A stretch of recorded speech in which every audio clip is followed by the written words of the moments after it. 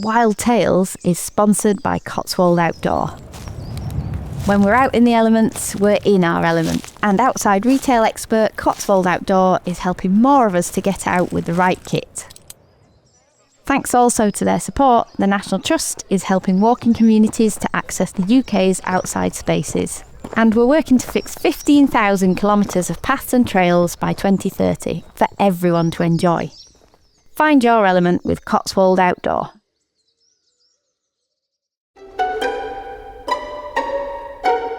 Seduction's a vulnerable game by anybody's standards. You sort of lay yourself down on the line and really hope you're not going to get rejected. If you're a spider, rejection has a rather grisly face. It's not just your ego that's going to get dented. You may lose several legs, if not your entire life in the process. I had a lot of sympathy for these males. Autumn's here, and as the long days creep shorter and the balmy nights regain their frosty edges, we're not the only ones looking to curl up somewhere warm. This is a time of year for spiders, and their increased activity is driven by the need for something vitally important: sex. Spider mating is completely unlike any other animal, and at first glance it might reinforce the idea that spiders are vicious, creepy, and should be avoided. But as we take a deeper look, can spiders actually give us a completely different view of sex, death, and evolution itself? I'm Ranger Rosie Holdsworth. Welcome to Wild Tales: Sex, Death, and Spiders.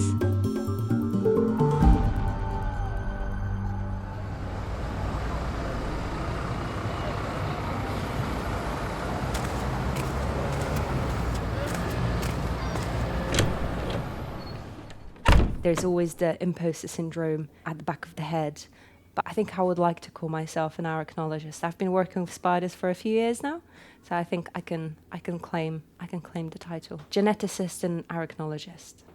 This is Anna Maka, a finder of spiders. Anna's work primarily is searching for rare spiders, like the dinner plate-sized fen raft. But today, we're searching somewhere a little closer to home. And we are at my house today in my shared accommodation. It's nice, it's cheap, and we will be looking for some spiders today. That's what I do every day. I look for spiders and maybe give them a name, like Rob or Bob or Dave. Or in my house, we like to call them Clive.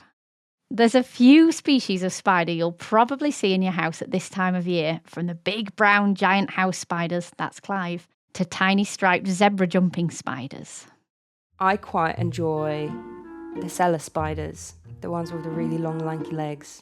They're just really goofy. As soon as they leave the web, they look a bit drunk. They really struggle to walk around. They kind of fall all over the place and trip and can't climb anything.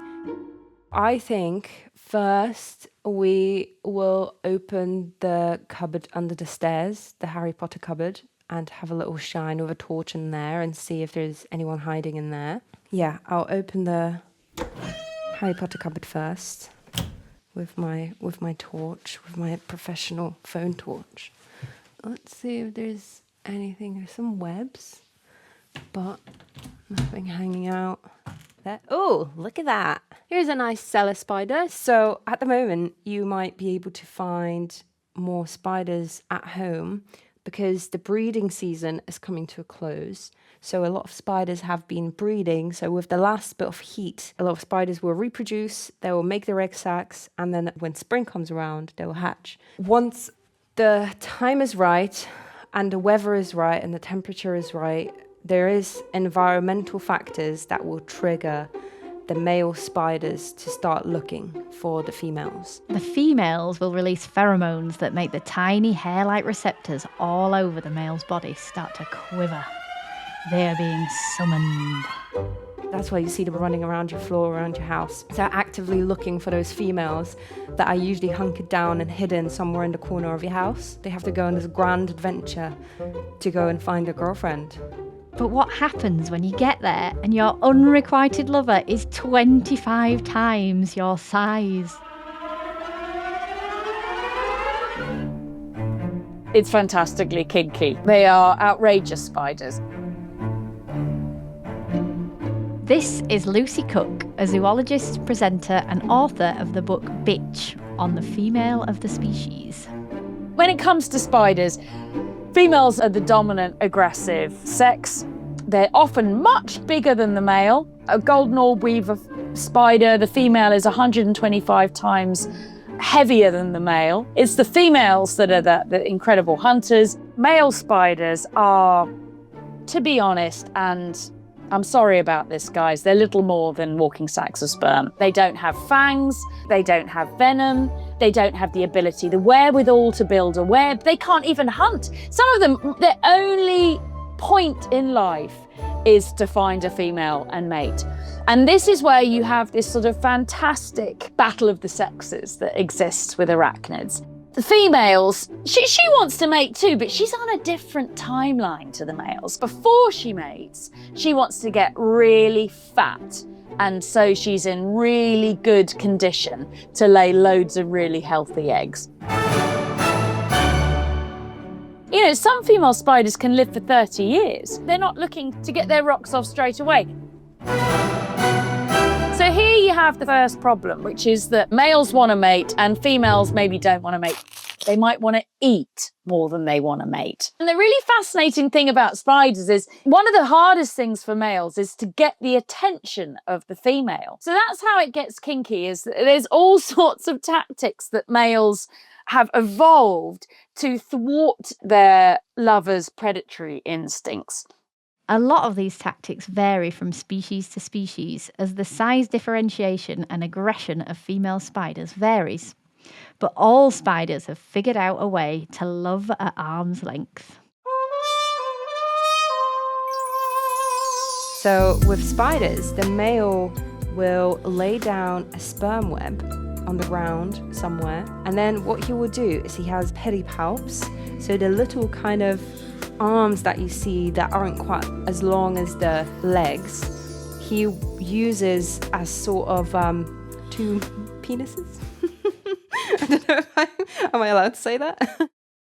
So he initially deposits the sperm on the web and then picks it up, carries it around, and then he will insert those pedipalps into the female, into her epigyne. The shape of the epigyne corresponds to the shape of the pedipalp of the male. So each species will have a specific shape of an epigyne and a specific shape of a pedipalp for the female and the male, and it has to fit in just right. So the male spider is carrying his little sperm web, ready to try and insert his pedipalps into the female spider. But how to get close enough? So in some species, males resort to a little light bondage. They will use silken threads to tie the female up so that she's disabled and can't attack him while he's getting busy with his pedipalps. You can sort of see this deathly game of it carrying on in your own home, with males desperately trying to mate with these enormous predatory females. This match of David and Goliath is happening all around us in every home, or today in Anna's house. Yeah, let's go find another spider. Let's check out the kitchen. Sometimes there's something. Oh, there's a little guy. Hold on. You know what? I'm gonna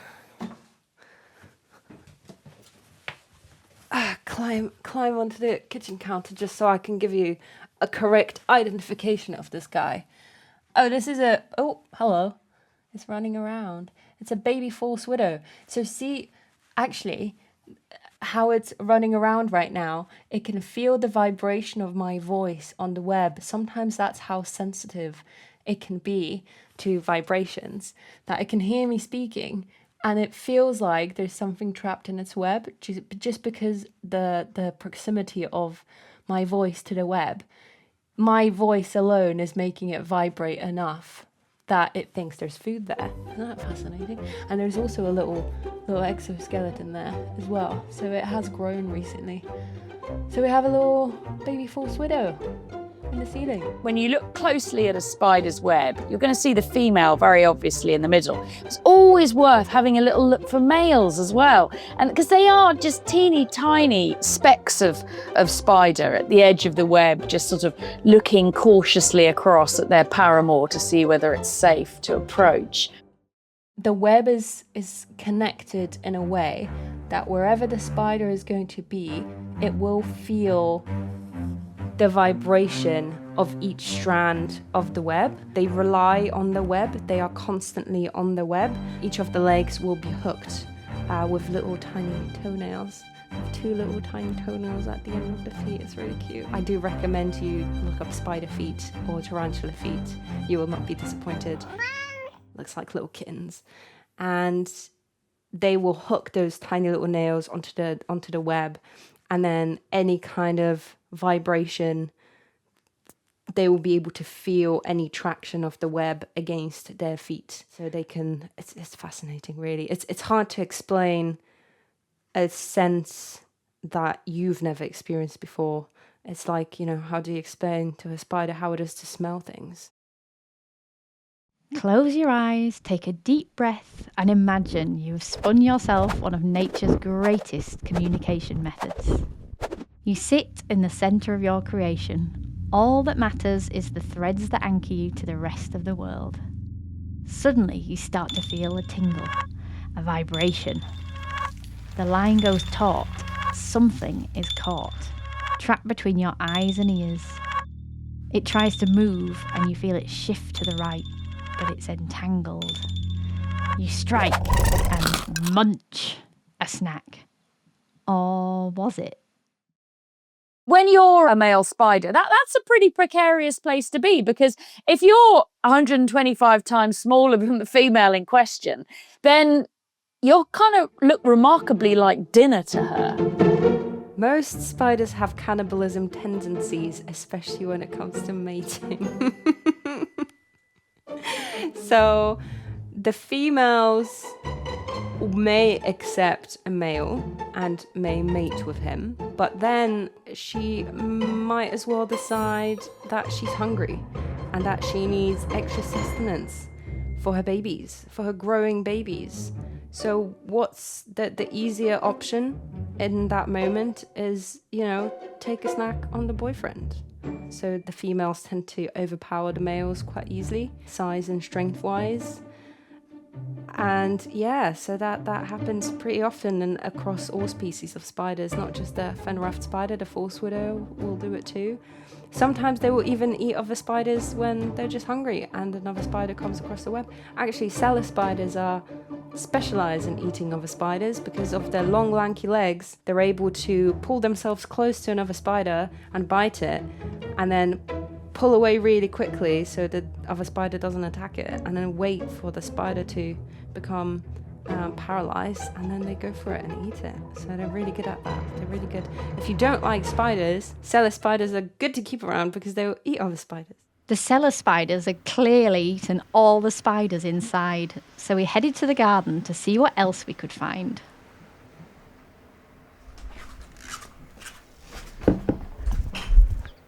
Okay. So here we are in the garden. Actually, the weather is quite nice out. So what immediately pops out to me is the windowsill. The windowsill usually has some nice crevices and cracks, especially when you live in an old student house like I do, where things haven't been patched up in a while. This is if you look at it from this angle, see the orb web just there. So this one, it could either be the garden cross orb weaver, or it could be the missing sector orb weaver, and I suspect is the missing sector orb weaver because the whole orb web is very nice and very neat, and then here you get one thicker line that will probably lead to the retreat, and then a missing sector. The name missing sector orb weaver comes from that. Not always, but usually when they build the orb web, they will not build one sector of it or one section. So I suspect that's a missing sector orb weaver, which is another common garden spider, or common spider that you find pretty much anywhere, inside, outside, especially around human homes. They are one of those spiders that you'll definitely find. Another spider you might find in your garden is the nursery web spider, the Romeo of the arachnids, who takes a gentler approach to trying to woo his lover. The nursery web spiders, the males, will often bring females what's called a nuptial gift. What they do is they catch a bug and they wrap it up in some web, and then they bring it to the female for consideration. And she will either accept the gift or reject the gift. And the purpose of the gift is to kind of distract her so that she won't eat him. The idea is if she's occupied with eating something, I can go for it and, mate with her. This is a male nursery spider POV. I can give her a gift, she'll be eating, she'll be distracted, so I can go in and mate with her and she won't even notice. And sometimes the males that can't be bothered to hunt for an actual bug to wrap up in web, they will try and trick the females. And they'll just grab a bit of a leaf, wrap it up in some web, and just gift the female a leaf in hopes that she won't notice that there's no food in there. And then they'll go for it. And sometimes it works. Different species of male spiders have different ways to charm or trick their giant lovers. Some, like the wolf spider, will work in pairs, conducting a threesome to bolster their chances. For others, like Darwin's bark spider, they rely on oral stimulation to keep the female spider calm for copulation. But peacock spiders are perhaps the most charming, conducting a literal dance with death. Waving their tiny arms, drumming a beat with their feet, and jumping tiny steps closer to make sure he's read the room just right. So it's not just a question of being the biggest or the most aggressive or even the most flamboyant. There's a dialogue. Males have to listen to females, whether they're spiders or humans. It's just that if you mess up and you're a spider male and you don't listen to the female, you're going to get eaten as opposed to just rejected.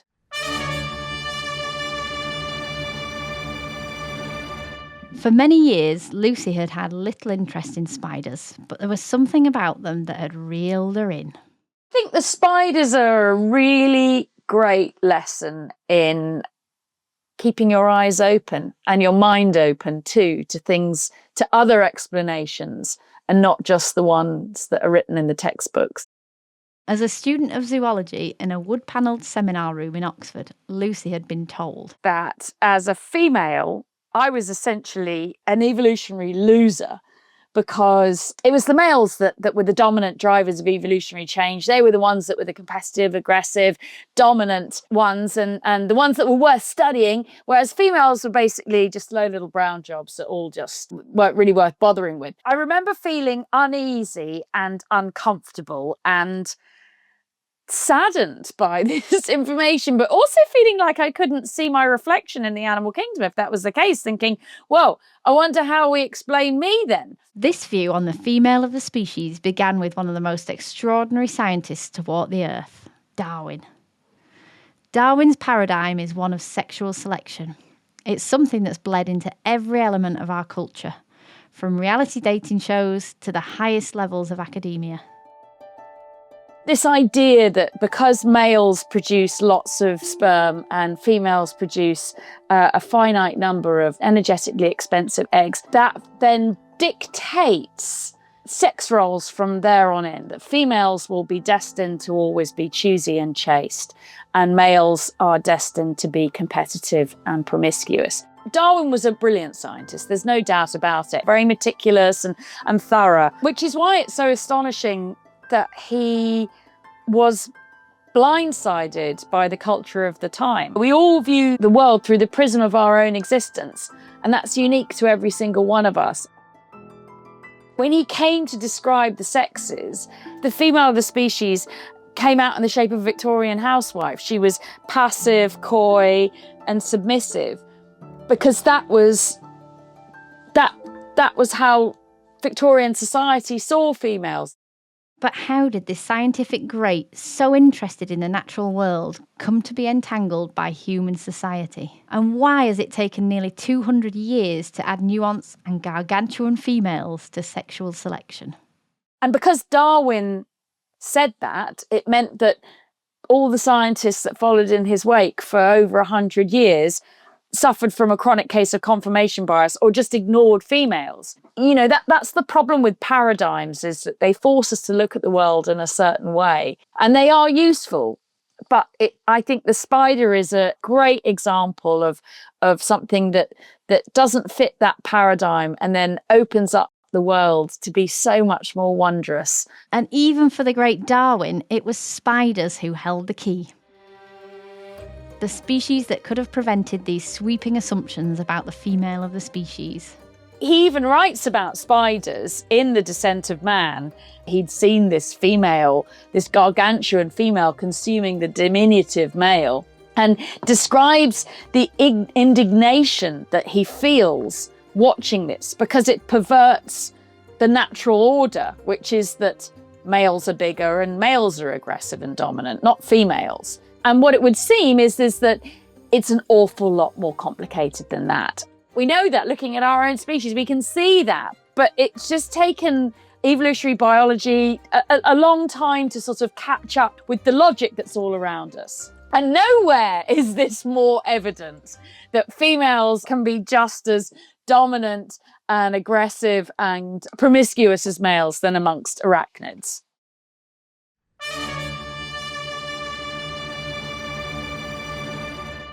I'm sure that the fact that spider females pervert the Victorian stereotypes of sex and gender so fantastically has done nothing to help their reputation of being creepy and weird and abhorrent. But to me, it just makes them all the more glorious.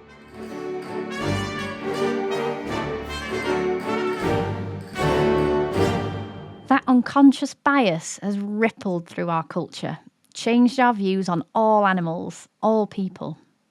But it's not an obstacle that's impossible to overcome. Maybe we can start at home. So I started with a little green spider in my garden. I was quite scared of spiders back then. I didn't really fancy them too much. I didn't really like when they were in my room. I would have to get them out before I went to sleep. And then there's that kind of learnt, conditioned fear of them that is passed down generations. For me, it was my mum that was really scared of spiders. But it was this tiny green spider, and I had found it in my garden, and I was like, wow, it's so cute and small and green. It was this green crab spider, and I compared the photos on Google Images to photos of that I've taken of the green spider in my garden, and I found out what it was, and I was like, wow, so cool. I've learned that even though some things may seem quite scary, sometimes it's just that they appear that way and they're not actually scary. Spiders are a constant reminder that all is not what it seems, that nature is not interested in our biases. They're an invitation to lean in and look a little closer. Back at Anna's, our search for spiders draws to a close, but the gladiator game of sex and death continues each year. Perhaps we can learn something from the Clives under the sofa. One of my favourite things about spiders, the females. They live the longest, they're the biggest, they make the decisions, they're the boss. Yeah, so that's one of the things that I do really like about spiders, for sure.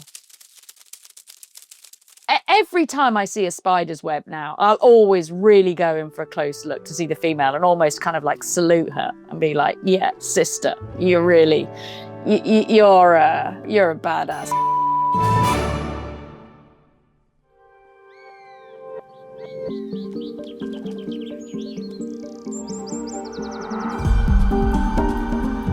Thanks for joining me in this wild tale. Do you have an amazing story about the natural world? I'd love to hear from you. You can find us on Instagram @wildtalesnt or email podcasts@nationaltrust.org.uk to send us pictures and stories of the wildness around you. Make sure you get every episode by following Wild Tales on your favourite podcast app. Even better, leave us a review or comment on an episode. I'd love to hear what you think. Did you know we also do video podcasts? They can be found on our YouTube channel or on Spotify. While you're there, why not check out our history show, Back When, or for smaller ears, Ranger Ray and the Wildlifers. See you next time.